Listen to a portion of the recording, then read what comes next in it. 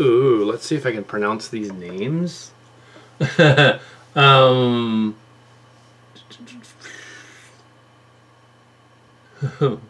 Mamoru Hosoda, Studio Chizu. Mamoru Hosoda and Studio Chizu. Yeah. I saw Belle. Actually, the circumstances almost prevented me from seeing it. It completely prevented it yesterday. And I went and saw it, and almost a bizarre getting there moment. The house alarm was going off because one of the doors wasn't closed when I left. I had to go back to the house, and then I missed like 5, 6 minutes of the movie.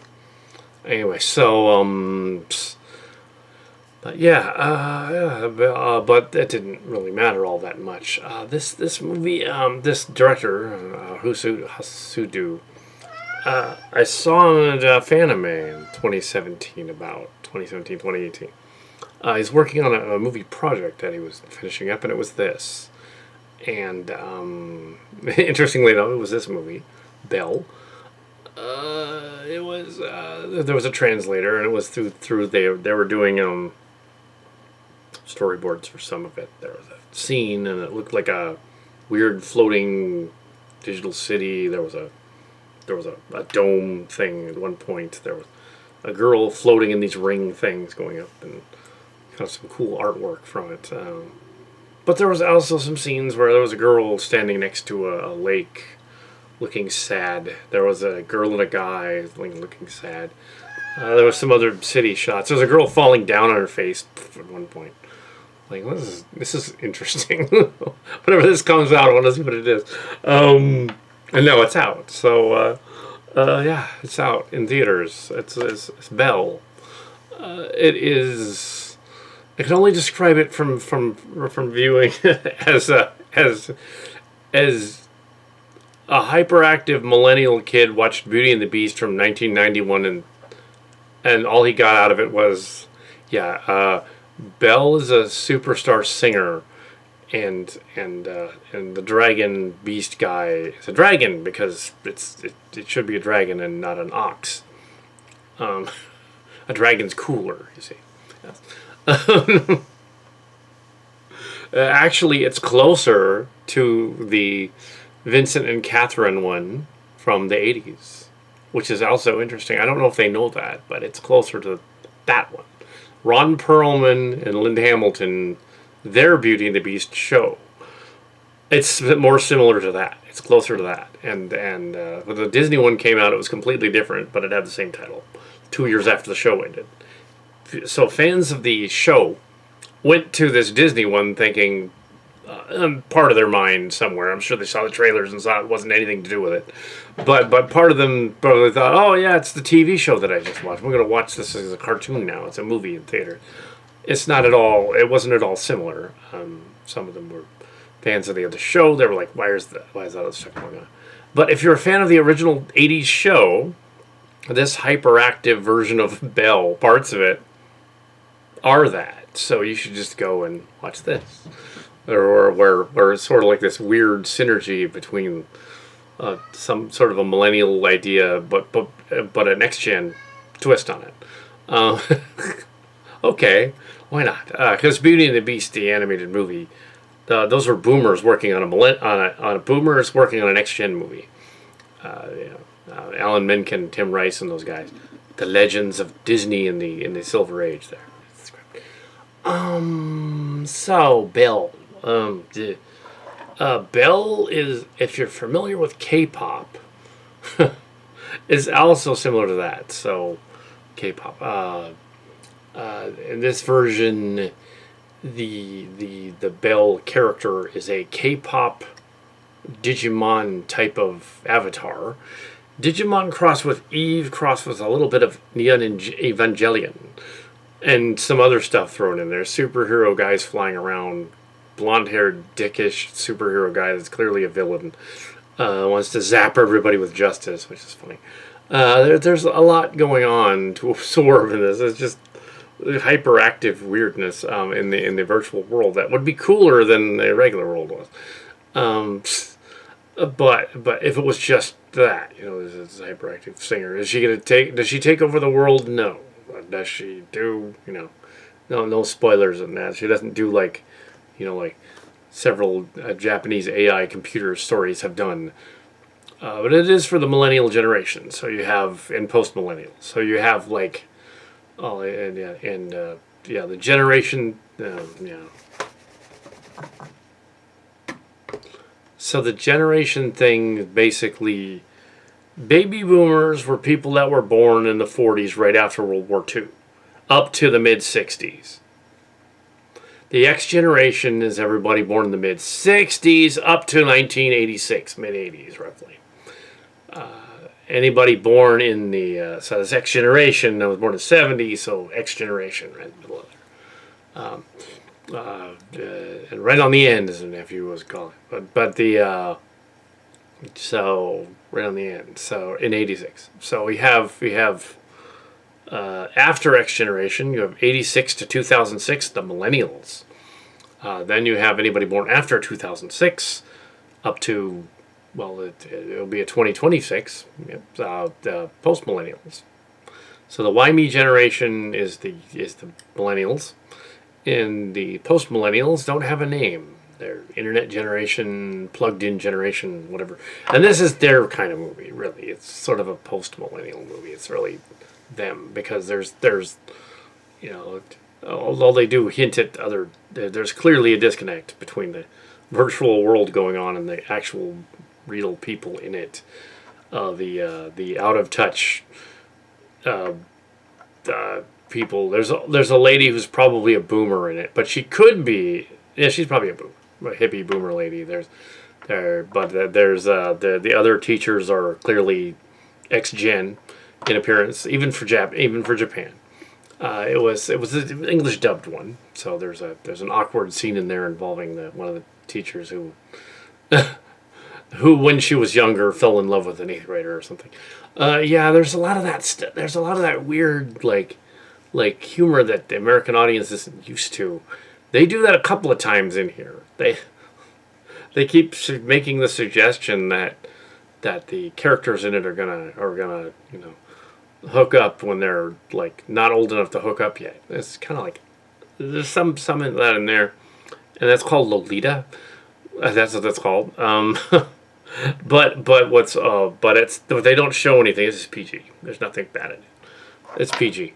But the Japanese are fascinated with that concept without actually doing it. Hopefully not. And well, there are hentai. There is hentai out there. Don't look for that unless you really want to. There is hentai, which is yeah. Don't do that. Which is their version of porn.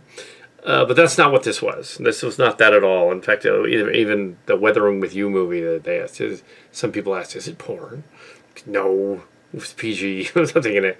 That one had a weird relationship in it too. That was a little awkward.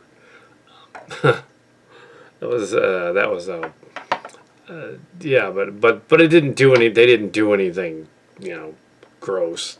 Yeah.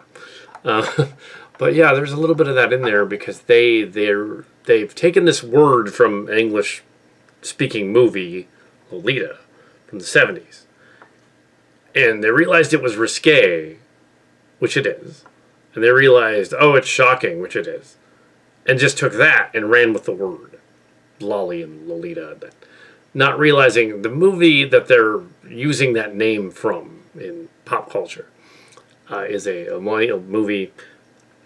I think it's Scorsese. It's like Taxi Driver. It's really dark. It's not Taxi, that nice series. It's Taxi Driver. You take that type of story and you try to do, yeah. In the American movie, he's a bad guy. You're not taking the bad guy, the lead bad guy who's doing creepy things. And he's trafficking girls and stuff. That just no, that's not cool. This movie doesn't do that, but it's that they use that word without knowing what it was. I remember in 2017 when this guy was there, there was a panel on the Loli anime. I didn't want to go in there. I was afraid I was going to get arrested. Put it out to the guy, to the panel, the showrunner. You know that word in American doesn't mean the same thing in Japan, clearly. Cause, I don't know why they're using that. Because the American presenter guy, the other guy was like, well, they haven't seen the Scorsese movie. They're just using the word to mean shocking, with shocking pairings and things. They don't mean there's going to be little girls. That'd be gross. That'd be nasty. No pedos in the audience. Still, I didn't want to go in there. Yeah, but yeah. So this movie was not about human trafficking. So let's say that. It wasn't about that. But it had a little bit of lolly stuff going on. It had your lolly Japanese high school girl and with her friend in the story in the real world, who was a nervous wreck. She's basically manic. I would say she's probably manic depressive and keeps saying suicidal like things and stuff. Her old friend from grade school in the story sticks up for her all the time to try to stop her from bullies and stuff. She doesn't remember there were bullies. She remembers just that other things happened. She was too in her own mind. She is the one chosen to be the avatar for the girl, for the avatar of this singer in the virtual world. So the friend is her sort of manager, pseudo manager thing. It's not a trafficking thing at all. It really isn't. It's fine. They just kept calling it that, and it was like, no, that's not what this movie is at all. It's PG. It's like a kiddie movie. It's like, there's nothing bad in this movie. It's Beauty and the Beast done Japanese style. It's like, okay. Which is a messed up story anyway on its own, so you didn't really need to do much. But yeah, so we have, and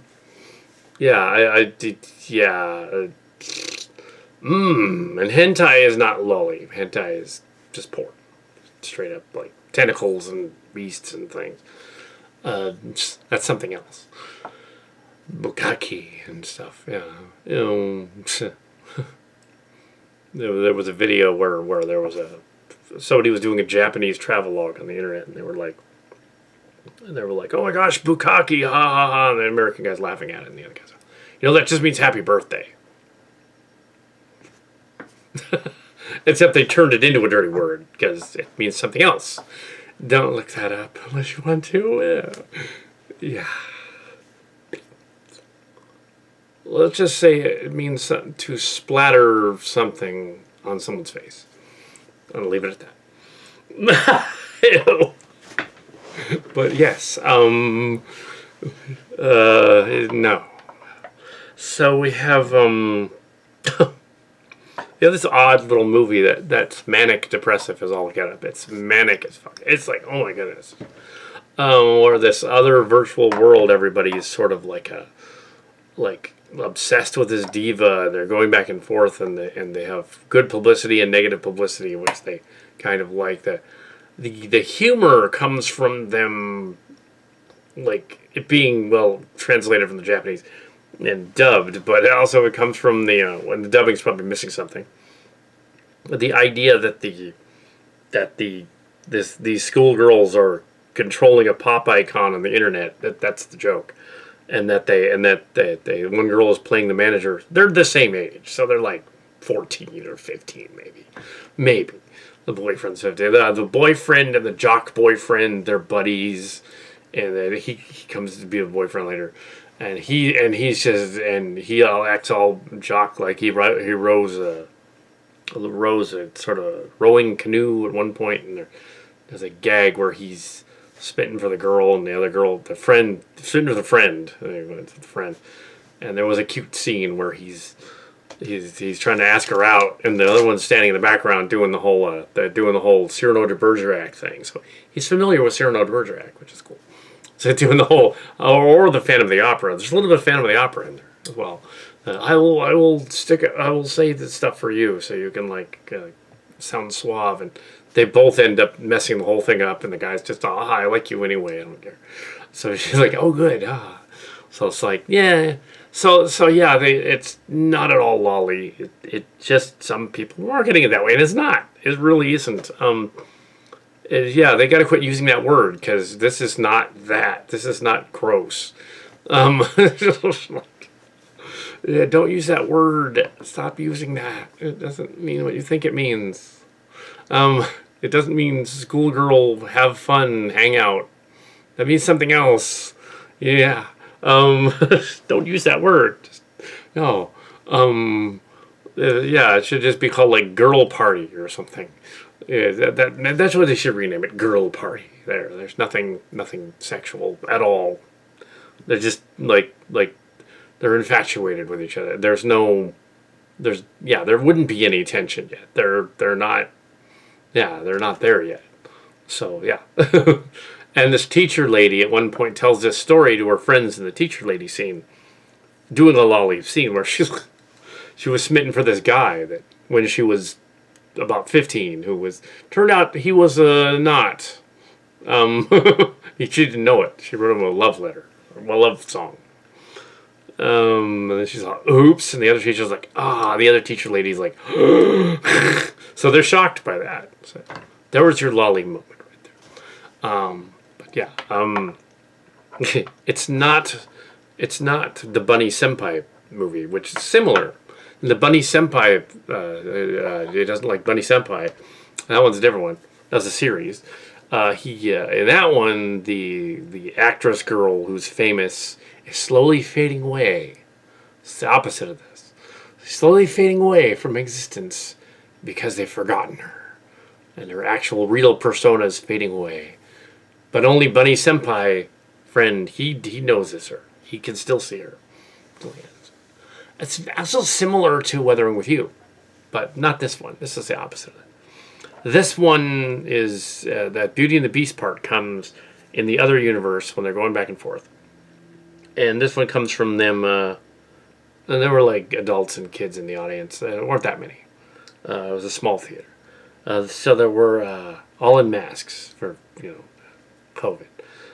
So all sitting apart from each other, like, separated by a few seats. So we had, so they were, the movie was, the Beauty and the Beast part is that Belle in the story, which is clearly taken from the Disney version of Beauty and the Beast, not from the other one. The Vincent, although she acts like Catherine. She looks kind of more like Catherine than Belle from Beauty and the Beast, the Disney one. She looks like Catherine.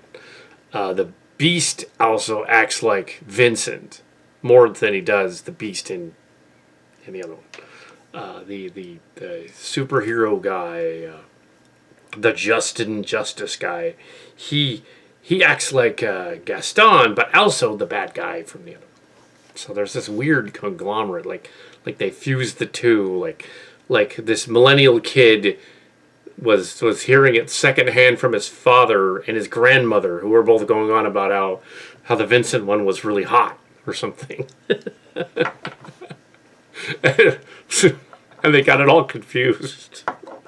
But yes. So in this one, the Beast is a dragon-like thing that has scars. And they have to figure out who is the one with the scars. So this creates a sensation. They're trying to figure out who the guy with the scars is. There's a baseball player with Fox written on his back, who turns out had scars, but in different places, which is on the chest from surgery. That was not him. There was another person who had scars. That was a painter who was painting scars.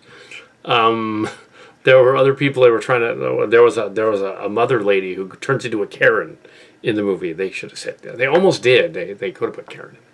There is a guy wearing a mask on the train scene. So it is during COVID. No, actually, they do tend to wear masks on trains over there in Japan.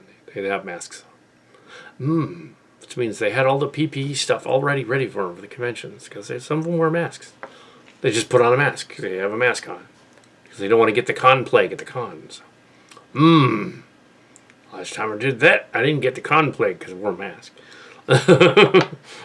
So, anyway, so yeah. So we have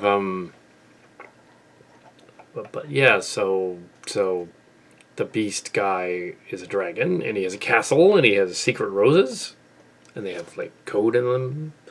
There's little fairy creatures that are helping her along, sort of like in the movies, but it's actually less like Beauty and the Beast, the American version, and more like Cinderella and Snow White. The fairy creatures turn out to be the teachers, sort of, and they're doing it, and so other fans and stuff. The fairy creature is actually one of the main ones. Is actually the girlfriend, the friend who's leading around. Girlfriend is a girl. There's no lesbian. None of that. There just isn't any of that. That's not what they're friends about. That would be interesting. That would be Loli, but they didn't go there. No, they weren't for each other. No, they didn't go there. Maybe in the director's cut. No, probably not. So they figure out in the story that the beast has weaknesses, and the justice guy is looking for the beast to zap him and reveal his identity. And how the justice guy and his superhero friends have clearly a nod to Snyder's Justice League. They're making fun of it, but they make them all dressed in white. Clearly, the gag there is that he's not a good guy. He's a bad guy that thinks he's a good guy. And often the villain does think he's a good guy.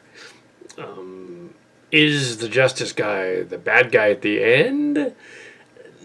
Probably not. It's probably just somebody else that's kind of, because that would be weird, awkward.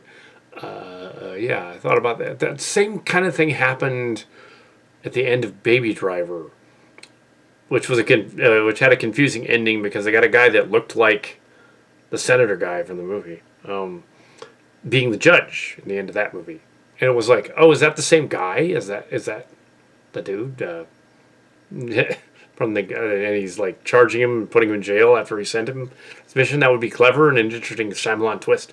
No, it wasn't. Just another guy that sort of looked like him. A guy that later on would not be playing him. No. But yes, in this movie, something similar happened in that the father guy, this other father guy, turns out bad guy, abusive guy, turns out to be. So there is an abusive person in it. So if they're trying to be sort of. Yeah, there are elements of like this director gets that Loli is not a good idea, and maybe he saw the American one and he was like, yeah, I better put a guy in there that acts like the guy from Lolita. No, dude, no. Just to say like, okay, this is wrong. This is bad guy.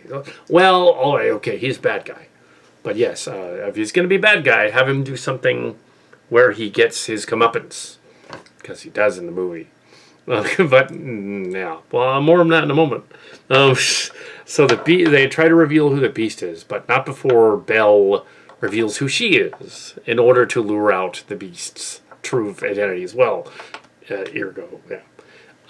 It's revealed somehow on the internet, even though they have tracking, and they have, if you have IP addresses can be tracked, but they didn't think of that.